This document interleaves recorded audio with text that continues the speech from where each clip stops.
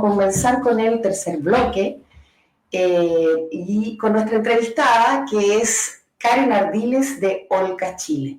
Aquí les habla Claudia Serrano de Mandrágoras TV. Karen, por favor, bienvenida. Gracias por estar aquí con nosotros hoy. Por favor, preséntate y cuéntanos a qué se dedica tu organización. Hola, ¿qué tal? Bueno, primero agradecer la invitación. Desde Olca agradecemos mucho poder participar en esta instancia y en esta transmisión especial por el 8 de marzo. Bueno, Olca es, primero yo me voy a presentar. Soy Karen Ardiles, soy originaria de La Ligua, provincia de Petorca, un territorio azotado por el monocultivo de pasto y la agroexportación. Estudié, como para un marco más quizás teórico, estudié Derecho en la Universidad de Chile, soy mujer indígena dieguita y también soy danzante de danzas andinas. Y bueno, yo soy parte de Olca, del equipo de Olca. Olca es Observatorio Latinoamericano de Conflictos Ambientales. Olca es una organización, es una ONG que se dedica hace más o menos 30 años a acompañar a comunidades en conflicto socioambiental, entendiendo el marco de asimetría en el que se encuentran las organizaciones que defienden sus territorios de proyectos extractivistas. Exacto. Qué interesante lo que nos estás planteando. Te quiero llevar a una siguiente pregunta. Entonces, ¿cómo crees tú que los feminismos pueden colaborar a dar respuesta a las necesidades actuales de las causas medioambientalistas o del ecofeminismo? Yo creo que acá hay un elemento que me parece interesante como partir como desde esa base. Al menos desde mi diagnóstico pasa que dentro del movimiento feminista lo socioambiental se ve como de segundo orden y dentro del movimiento socioambiental lo feminista se ha visto también desde esa misma perspectiva. Entonces, creo que acá hay un elemento que yo cambiaría el término colaborar por interseccionar. ¿Cómo podemos como interseccionar, vincular, de modo que cuando las compañeras feministas estén en X lucha, no consideren que lo socioambiental es de segundo orden, es lo que ocurre allá lejos, en lo rural, que no es lo que ocurre en otro territorio, sino que es lo que está ocurriendo acá y nos está ocurriendo a todos, y a todas también. Entonces, creo que eso, al menos como en esta perspectiva respecto desde el movimiento feminista, claro, los feminismos más tradicionales, los feminismos más hegemónicos, pasa que de la naturaleza, claro, todavía como de esta lógica occidental, en donde sí, y la naturaleza se ve como un recurso, finalmente hay un paradigma antropocéntrico que no permite como ese intercambio desde otra lógica. Y bueno, en este caso ahora como desde lo socioambiental, ¿cómo podemos incorporar elementos que nos ha presentado el feminismo? Yo creo que aquí hay varios temas que podríamos como vincular, pero quisiera partir destacando lo que tiene que ver con la dimensión de cuidados. Y acá creo que hay un concepto amplio de cuidados, en donde no solamente estamos como viendo como el cuidado, por ejemplo, de la infancia, el cuidado de las personas mayores, personas con discapacidad, sino que también la naturaleza es parte de ese cuidado, porque finalmente es nuestro sustrato. Entonces, cuidar la naturaleza también es parte de eso, pero ahora no simplemente como algo que se deba hacer, sino es algo que es necesario para la sostenibilidad de la vida. Yo creo que eso es un elemento, una dimensión distinta que ha permitido... la toma de conciencia, en el fondo. Sí, como la toma de conciencia respecto del rol de los cuidados y finalmente también entenderlo desde la perspectiva de las defensoras ambientales, en donde el rol de cuidado se amplía, pero también desde esa sustancia que nos permiten los feminismos territoriales, los feminismos comunitarios, para poder abordarlo desde una mayor complejidad.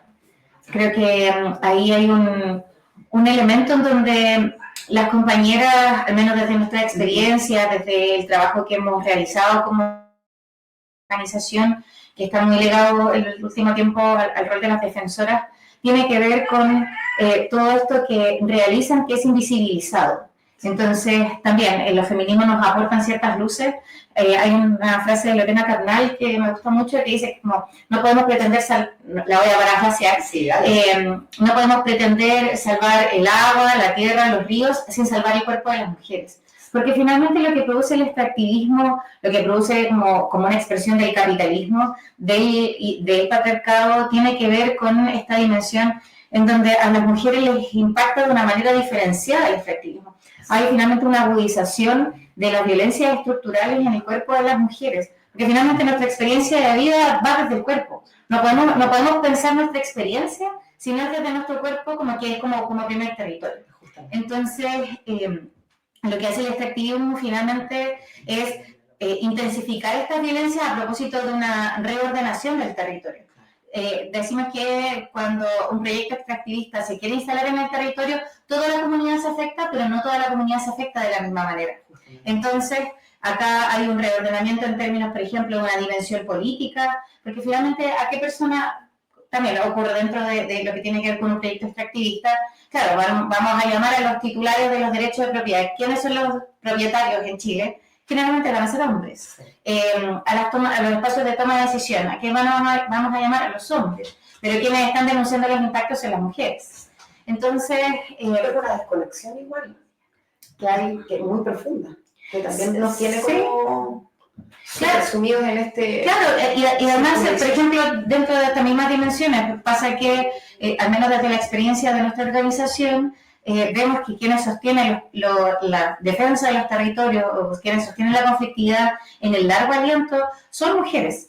Entonces, pero las vocerías recaen en los mismos de siempre.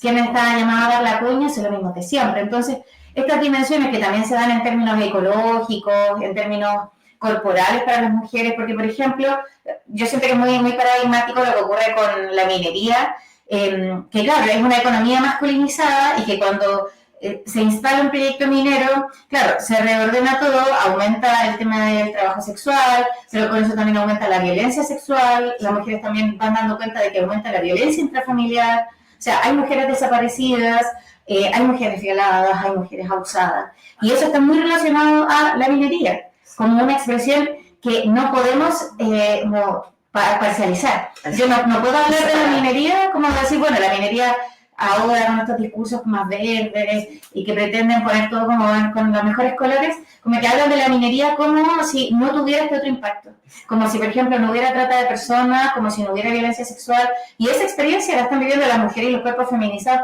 desde su experiencia corporal, desde el cotidiano. Entonces, están todos esos elementos que hoy en día nos permiten decir, bueno, claro, o sea, toda la comunidad se afecta, las infancias se afectan, las personas adultas se afectan, pero las mujeres ven este recrudecimiento de la violencia estructural que significa el patriarcado como en esta dimensión extractivista.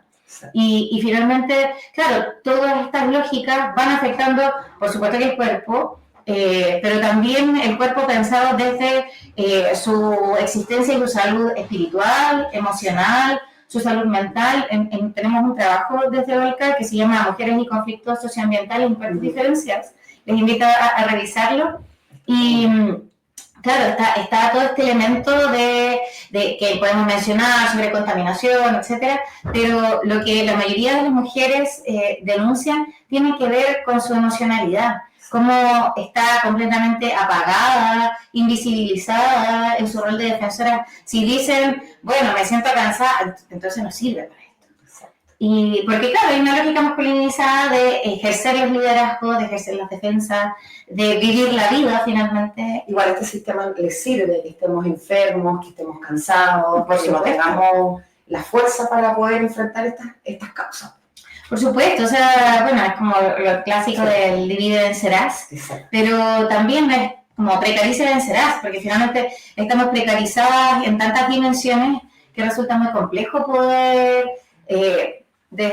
como decir, bueno, yo soy defensora. Muchas veces el tema de ser defensoras se ve como algo loable, como algo ideal, y claro, tiene un elemento que efectivamente es loable, ponerse una camiseta por algo que no es solo tuyo, no es que me afecte solo a mí, sino que me afecta a todos, a todas. Las nuevas generaciones. También, entonces, y a la naturaleza, entonces, es complejo como ponerse esa camiseta entendiendo todas las violencias que vas a tener que estar viviendo también. Es como decir, ok, acá hay una mochila de violencias, pero me importa tanto esto otro que me la voy a poner igual. Pero yo creo que la diferencia está en cómo podemos ahora como compartir este peso. Y mira, qué interesante lo que dices tú, porque nos lleva a la tercera pregunta. ¿Qué acciones o estilos de vida se están levantando en el presente que nos den luces de cómo queremos que sea el futuro para las nuevas generaciones? Yo creo que esa es una pregunta compleja en términos de crisis climática.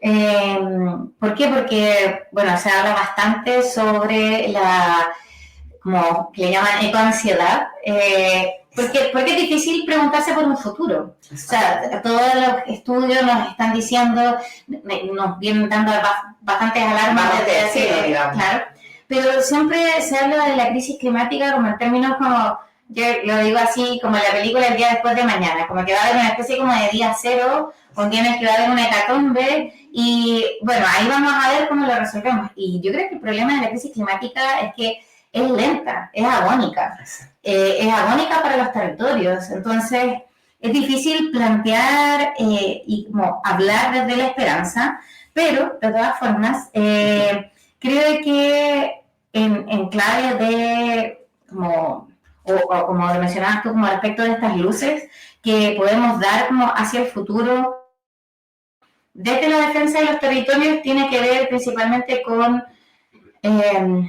dejar de ser indiferentes. Sí.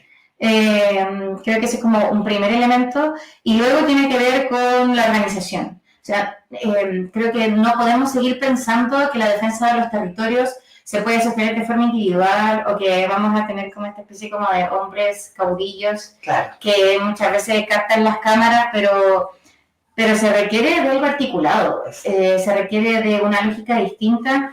Y creo que en ese sentido, también desde experiencia que les comentaba, este trabajo que hemos realizado con compañeros de los territorios, tiene mucho que ver con estas nuevas dimensiones en las que nos podemos organizar. Nosotros, al menos, nosotras como identificamos que, claro, desde 2018 aparecen organizaciones de mujeres que hacen defensa territorial, que ya la venían haciendo, pero buscan hacerlo en espacios que sean seguros, en espacios en donde el cuidado sea un elemento más y no sea algo accesorio o de segundo orden, en donde las compañeras como que no sea extraño, por ejemplo, que van a llegar con sus hijas, con sus hijos, que se requieren dentro de los espacios de organizaciones esa dimensión, y que también parte de esa lucha tiene que ver con lo que las compañeras están desarrollando. O sea, esta lucha también es por las infancias, pero no las infancias como en 20 años más, sino las infancias de ahora, sí, que son actores, actrices como de este presente. Exacto. Entonces, bueno, en ese sentido, la dimensión organizativa es clave, desde esta lógica como tratando de que sean no patriarcales, porque también no vamos a hablar de esto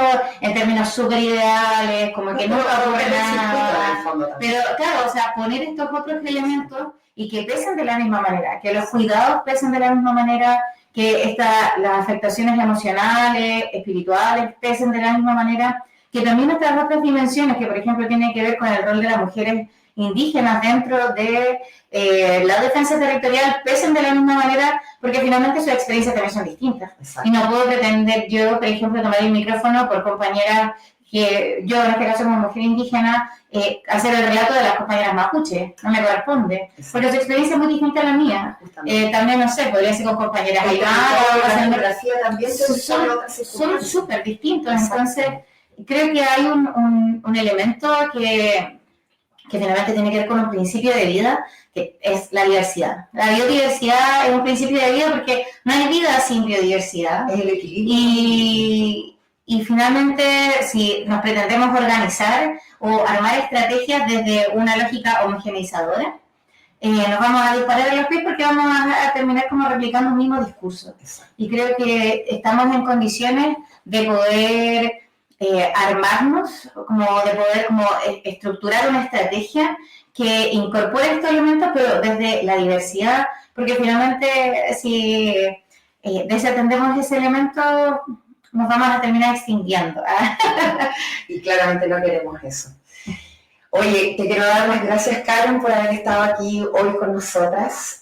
Como ya les comentamos anteriormente, Karen va a ser parte de nuestro panel final, que está muy interesante, y ahí vamos a poder conocer en profundidad muchos de los temas que nos trae Karen hoy. Así que ahora les voy a dejar en sintonía de una nueva cápsula de un material de Arica que ya aterrizó. Así que vamos con eso.